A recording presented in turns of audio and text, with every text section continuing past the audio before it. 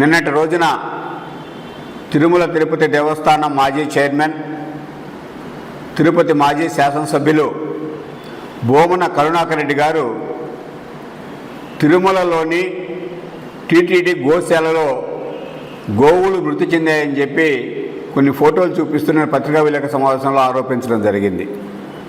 వాస్తవానికి తిరుమల తిరుపతి దేవస్థానం గోశాలలో ఎటువంటి గోవులు చనిపోలేదు.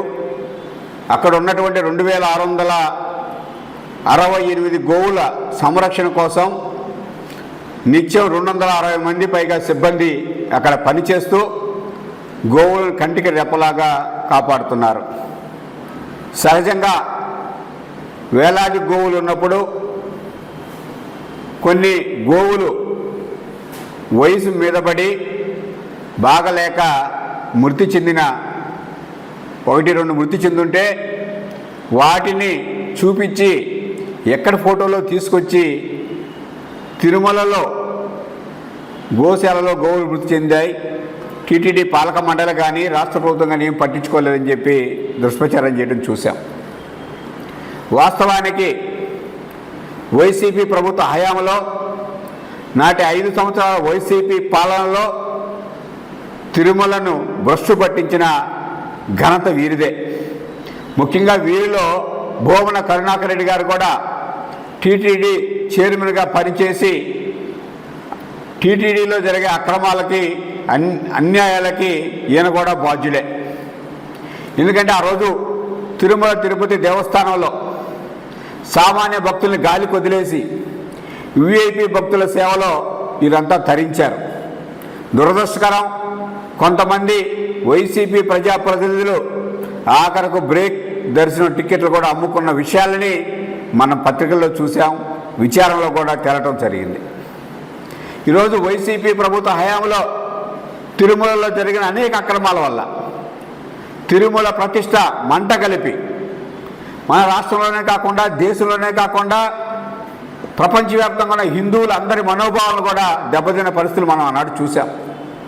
అయితే చంద్రబాబు నాయుడు గారు తన ఎన్నికల ప్రణాళికలో కానీ ఎన్నికల ముందు కానీ మేము అధికారంలోకి వచ్చిన వెంటనే తిరుమలను అపవిత్రమైన కార్యక్రమాలు చేసిన వారిని అందరం కూడా కఠినంగా శిక్షిస్తాం, తిరుమల యొక్క పవిత్రతను కాపాడుతాం, సామాన్య భక్తులకి మెరుగైన సేవలు అందిస్తామని చెప్పి వాగ్దానం చేయడం జరిగింది.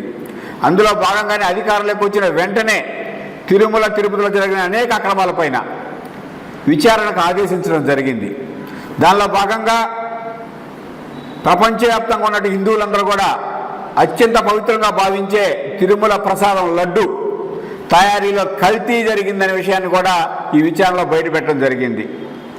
అదేవిధంగా అక్కడ అనేక రకాల అక్రమాలు జరగటం, వాటన్నిటిపైన విచారణ జరిపి వాటన్నిటికీ సంబంధించినటువంటి విచారణ నివేదికలన్నీ బయటకు వస్తుండటంతో వైసీపీ తమ భాగవతం అంతా కూడా బయటపడుతుందనే ఉద్దేశంతో భూమన కరుణాకర్ రెడ్డి ఆధ్వర్యంలో అనేక కుట్రలకు తెరలేపుతున్నారు. దానిలో భాగంగానే ఈరోజు గోసేవల్లో గోవులు మృతి చెందనే ప్రచారం కానీ మరికొద్ది రోజుల్లో మరిన్ని ప్రచారాలు చేసినా కూడా ఆశ్చర్యపోవాల్సిన అవసరం లేదు.